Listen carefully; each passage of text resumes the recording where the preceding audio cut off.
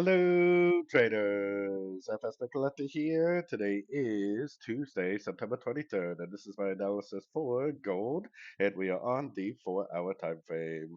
So, anyways, on gold, I mean, we are all at all-time highs, and to me, it really looks like this is not even close to being over. I definitely don't see, any double top, no break of structure at a Fibonacci level. When you're in all-time highs or all-time lows, pretty much the only thing you can do is throw your Fibonacci extension on there, which is what I've done. The next Fibonacci extension level is right around 3,770. Definitely doesn't mean that it's going to stop there, but maybe it will be an area of resistance. Maybe it will just be an area of a pullback. Definitely still a wave three. There's no doubt about that. Definitely a very strong trend. And hopefully everybody's been listening to my videos and only looking for longs these last several weeks.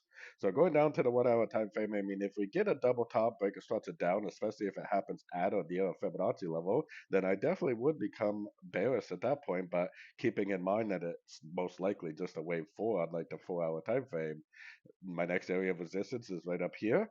Maybe it goes down before it goes there and does something like this because sometimes price does like to retest, these old Fibonacci levels that it goes past. You get the breakout, three-way pullback, and then continuation up. So maybe you will get a nice pullback entry to go long. All I know is that the higher time frames are definitely in a very strong uptrend, and I definitely would still be recommending nothing but longs in an uptrend. So, anyways, don't forget to check out my website linked over here in the corner. And as always, thank you for watching and happy trading.